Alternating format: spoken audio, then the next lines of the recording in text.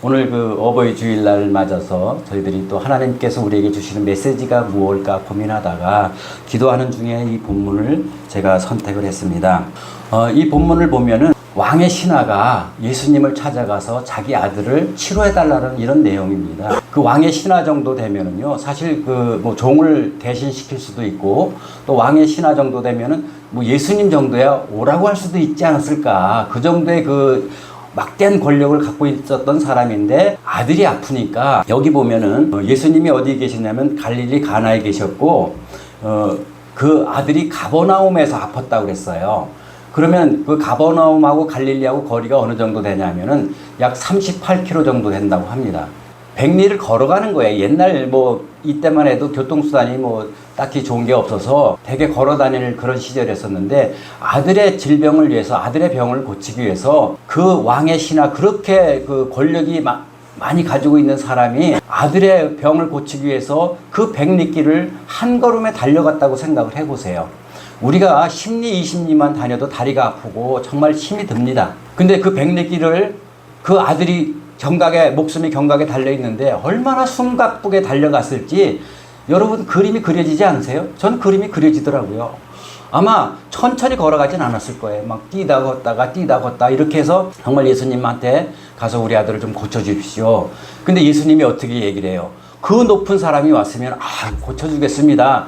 만약에 저한테 그 뭐 장관까지는 필요 없어요. 그 우리 화성 시장님만 오셔가지고 내가 좀 아들을 좀 고쳐주면 어떻겠나 물어보면은 제가 달려가서 고쳐드리죠. 당연하죠, 그죠? 왜? 시장님만 해도 저한테 줄 수 있는 혜택이 많을 것 같아. 뭐 양봉 뭐 지원도 많이 해줄 것 같고, 아니면 뭐 한 자리 줄 수도 있잖아요, 그죠? 근데 예수님이 핀잔을 주잖아요. 꼭 보지 않으면 믿지 못하느냐고 자존심을 건드리는 거예요. 근데 저도 이 말씀을 이렇게 묵상하면서 뭘 느꼈냐면은, 저도 가끔씩 자존심 건드립니다. 사람들 이렇게 치료받으러 오시면은 한번 슬쩍 건드려 봐요. 반응이 어떻게 나오느냐. 이제 그런 것도 궁금하고. 근데 이제 제가 이 말씀을 왜 드리냐면은요, 여기 자식 문제에는요, 절대 복종합니다. 저도 그런 경험이 있어요. 그러니까 부모가 자식을 위해서 치료하는 거는 조건이 없습니다. 제가 뭐 원하는 대로 다 들어줍니다. 근데 자식이 부모를 치료하는 경우에는 그렇지 않아요. 대개 보면은 정말 겉으로는 효도하는 척 하는데 또 은연중에 이렇게 그 반대하는 사람들도 있고, 뭐 특히 이제 벌침은 좋잖아요. 검증되지 않은 걸 왜 하시려고 그러느냐고 뭐 이렇게 강하게 반대하는 자녀들도 있는데, 여기서 성경에서 우리한테 보여지는 모습이 뭐냐? 그렇게 자기 힘도 있고 능력도 있고 다 갖춘 사람이 아들 문제에 있어서 정말 그 자존심을까지 다 버리고 예수님한테 낫게 해달라고 애원하는 거라는 거죠. 그래서 이 말씀 속에 저는 그렇게 생각을 했어요. 우리가 많은 분들이 질병에 고통당하고 아파서 정말 뭐 치료를 못해서 어려움 당하시는 분들도 많이 있습니다. 또 경제적으로 돈이 부족해서 제때 치료를 못 받으시는 분들도 있고, 어쨌든 우리가 자녀 문제로 이렇게 고통당하시는 분들을 겪어보면은요, 참 그 간절함이 보입니다. 저도 그런 경험이 있었고요.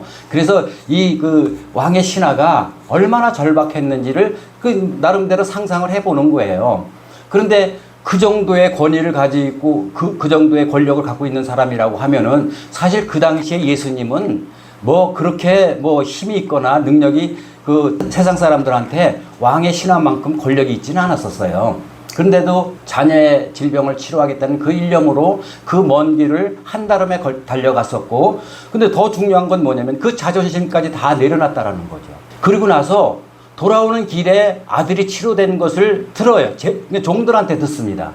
종들한테 듣다 보니까 그 시간하고 예수님께서 말씀하신 시간하고 딱 맞아 떨어지는 거예요. 더 중요한 건 뭐냐면요, 이렇게 우리가 겸손한 마음으로 예수님한테 나가면은요, 가족이 구원이 되는 이런 정말 놀라운 축복을 받더라는 얘기예요. 본인 아들 질병 치료한 거는, 그거는 정말 어떻게 보면 가장 그때 당시에 소중한 거였는지는 모르지만, 핵심적인 건 뭐냐면 그 일로 인해서 온 가족이 구원됐다는 것이 핵심이라고 보시면 됩니다. 우리가 가족의 뭐 질병이나 아니면 경제적 어려움 당했을 때 그 고통당하는 걸 통해서 가족이 구원되는 축복이 있기를 예수님 이름으로 부탁드립니다. 그 다음에 이제 그 마가복음 7장, 요거 한번 찾아보겠습니다. 마가복음 7장 24절에서 37절 말씀입니다. 요것도 한 절씩 교독하겠습니다. 예수께서 일어나 거기를 떠나 두로 지방으로 가서 한 집에 들어가 아무도 모르게 하려고 하나 숨길 수 없더라. 더러운 귀신 들린 노른자를 둔한 여자가 예수의 소문을 듣고 와서 그 발 안에 엎드리니 그 여자는 헬라인이요 수로보니게 족속이라 자기 딸에게서 귀신 쫓아내 죽이시기를 간구하거늘 예수께서 이르시되 자녀로 먼저 배불리 먹게 하였으니 자녀의 떡을 취하여 개들에게 던지기 마땅치 아니하니라. 여자가 대답하여 이르되 주여 올소이다마는 상 아래 개들도 아이들이 먹던 부스러기를 먹나이다. 예수께서 이르시되 이 말을 하였으니 돌아가라 귀신이 내 딸에게서 나가느니라 하시매 함께 봉독하겠습니다. 여자가 집에 돌아가 본즉 아이가 침상에 누워서 그 귀신이 나갔더라. 아멘. 이 말씀도 어떻게 보면 같은 맥락이에요. 이 헬라인 여인이라고 나오는데 이 헬라인은 그리스인이라고 보시면 돼요. 그러니까 헬라어를 그리스 신학 철학을 공부하고 그리스 헬라어를 말할 수 있는 그러니까 지금으로 말하면은 그 고학력의 뭐 박사나 교수 이런 정도의 신분이라고 보시면 됩니다. 근데 이제 그렇게 신분이 높은 사람이 자기 딸의 질병으로 인해서 예수님을 찾아가는 모습이죠. 여기도 또 자존심을 긁어요. 그러니까 그 치료하는 것을 하나님의 자녀들에게 해주지 내 딸을 개라고 표현하는 겁니다. 근데 이 헬라인 여인이 어떻게 거기에서 반응을 합니까? 개들도 주인이 먹다 떨어진 부스러기를 먹습니다라고 그렇게 고백을 합니다. 이것을 한마디로 부스러기 신앙이라고 얘기하는 거예요. 그러니까 하나님이 흘린 그 부스러기도 좋으니 고쳐달라는 얘기잖아요. 그러니까 이런 우리 성경을 통해서 느껴지는 게 뭐냐면 정말 자녀들의 질병 앞에서는 부모가 한없이 약해지는구나.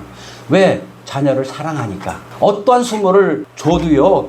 그걸 견뎌내더란 얘기예요. 솔직한 얘기가 이 헬라 여인이 세상적 지위를 봤을 때 어떻게 보면 예수님보다도 그 지위가 높을 수도 있고 학식도 높을 수 있어요. 그럼에도 불구하고 예수님께서 정말 개였다 비유하는 그 정도의 치욕적인 발언을 해줘도 그것을 받아들인다는 얘기죠.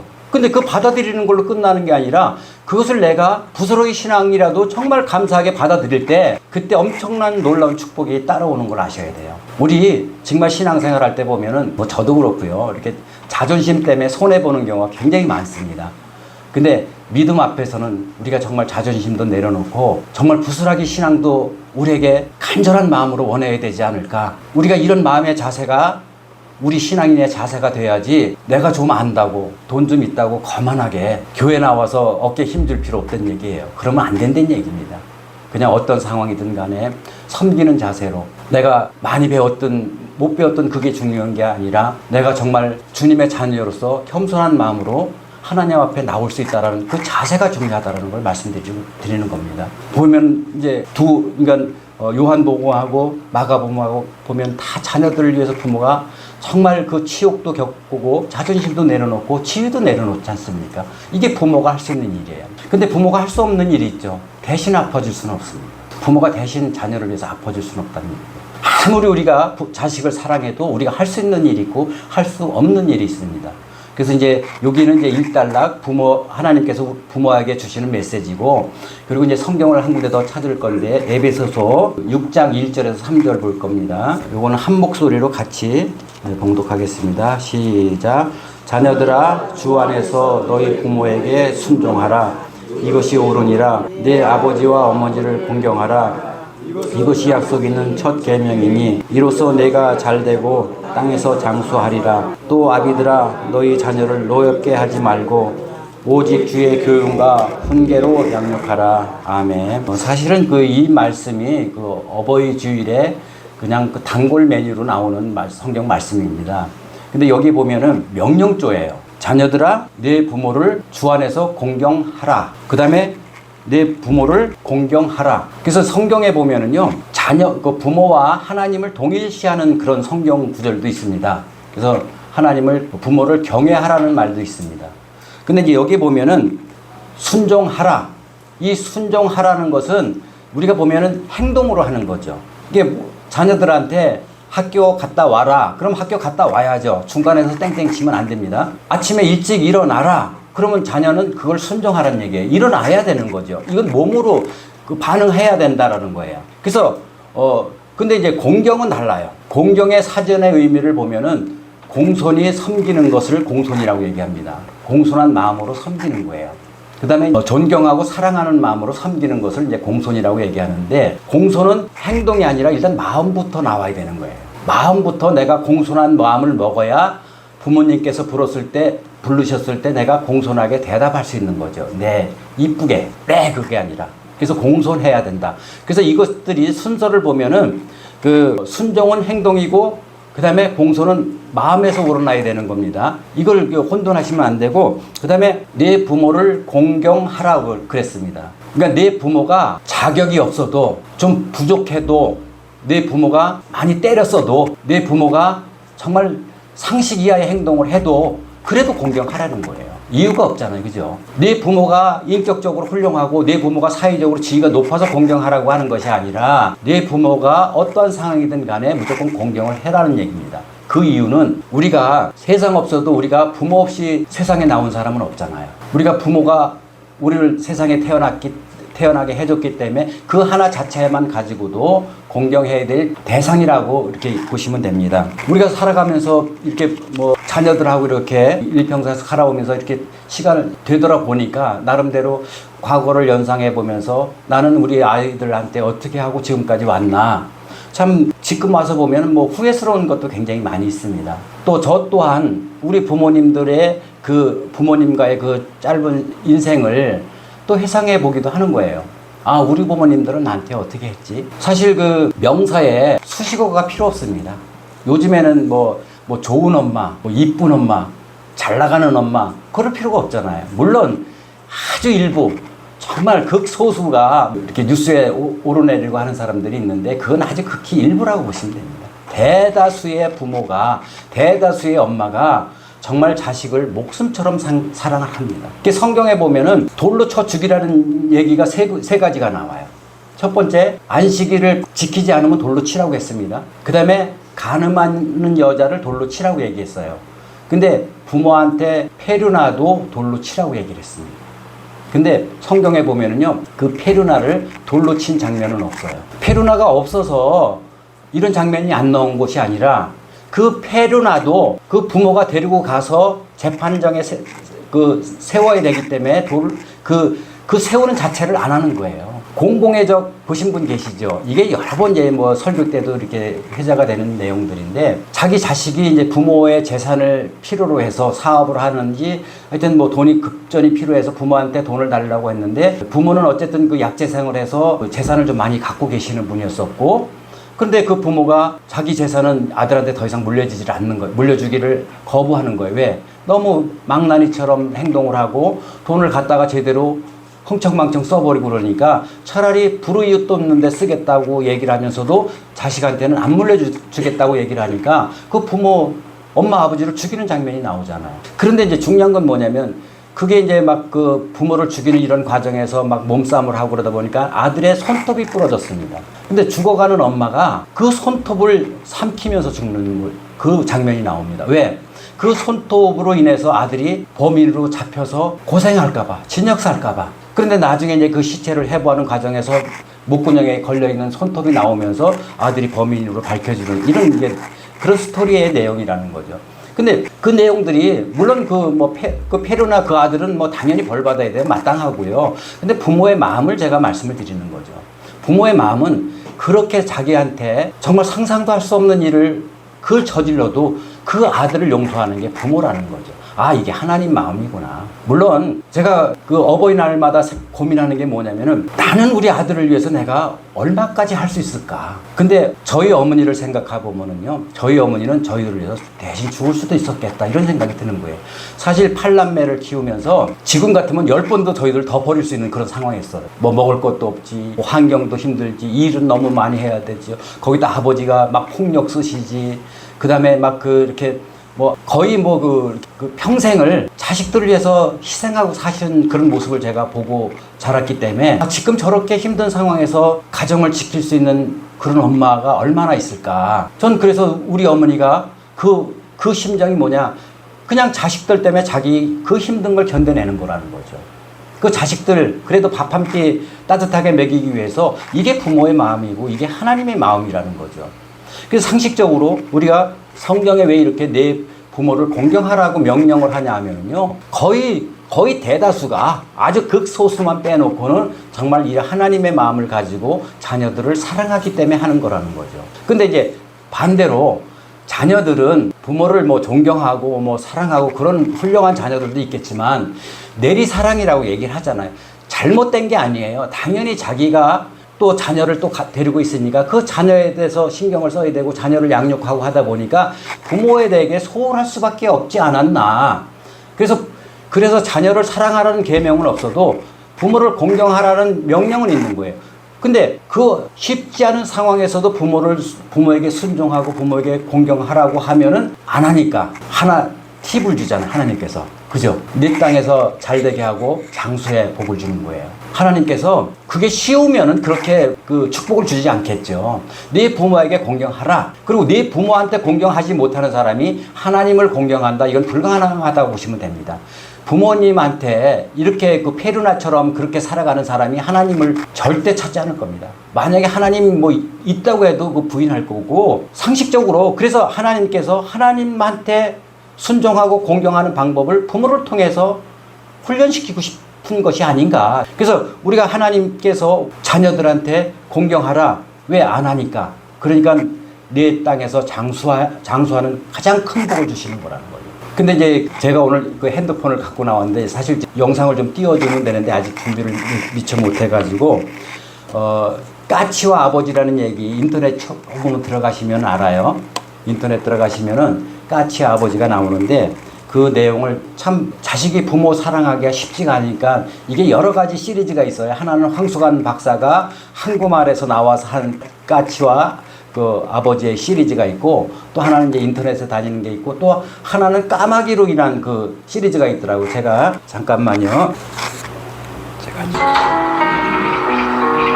치매기가 있는 백발 노인이 창밖을 내다보다가 아들에게 물었습니다. 얘야, 저 새가 무슨 새냐? 까치요. 아버지는 고개를 끄덕이시더니 조금 있다 다시 물었습니다. 얘야, 저 새가 무슨 새냐? 까치라니까요. 아버지는 창밖을 바라보시더니 또 같은 말을 하십니다. 얘야, 저 새가 무슨 새라고 했지? 몇 번이나 대답해야 아시겠어요. 까치요. 까치라고요. 옆에서 듣던 어머니가 한숨을 쉬고는 말씀하셨습니다. 아범아, 너는 어렸을 때 저게 무슨 새냐고 100번도 더 물었다. 아빠, 저 새가 무슨 새예요? 까치란다. 까치요? 아빠, 저 새가 무슨 새예요? 까치야. 까치요? 그럴 때마다 아버지는 까칠한다, 까칠한다 몇 번이고 대답하시면서 말하는 네가 귀여워서 머리를 쓰다듬어 주셨지. 그래서 네가 말을 배울 수 있었던 거다. 언젠가부터 전해 내려오고 있는 아버지와 까치의 이야기입니다. 어떻게 보면 우리의 일상이 아닌가 저는 이런 생각을 해봤습니다. 사실 어떻게 보면 부모한테 효도하고 순종하고 할 수 있는 시간은 제한적이에요. 되게 보면 뭐 여기 대다수 분들이 다 부모님이 하늘나라 가시고 상상 속에 기억 속에만 남아있는 그런 상황이지만 그래도 어버이날만이라도 부모님에 대해서 그 옛날 추억을 한번 되살려 보면 어떨까. 그리고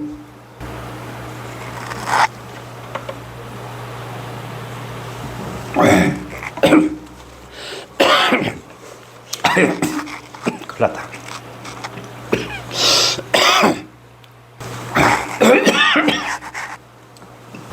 죄송합니다. 성경에 내 부모를 공경하면 복을 주신다고 말씀하셨는데 이 말씀을 제가 묵상하면서 깨달은 게 하나 있습니다. 저는 솔직히 부모를 공경하지 못해요. 그렇겠지만 부모님 팬 다 죄인이네. 그런데 하나님께서 그래도 이만큼 저희를 복을 주시는 이유가 뭘까를 고민했습니다. 정말 부모님 살아계실 때 힘든 모습만 보여드렸고 따뜻한 밥 한 끼 해드리지 못했습니다. 늘 걱정거린 아들이었습니다. 저는 성경적으로 본다고 하면은 죄를 받아서 일찍 죽었거나 아니면 힘든 삶을 고통스러운 삶을 살아야 마땅한 죄인이라고 생각했습니다. 근데 제가 이렇게 하나님 은혜 가운데 살 수 있는 것은 부모님의 기도가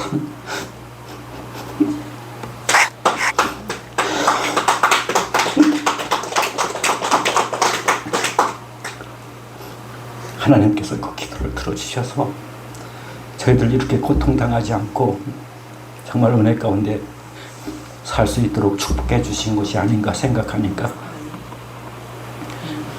이제 우리에게 저희들에게 주신 사명이 있습니다. 우리도 자녀를 위해서 해줄 수 있는 일은 기도라고 생각을 합니다.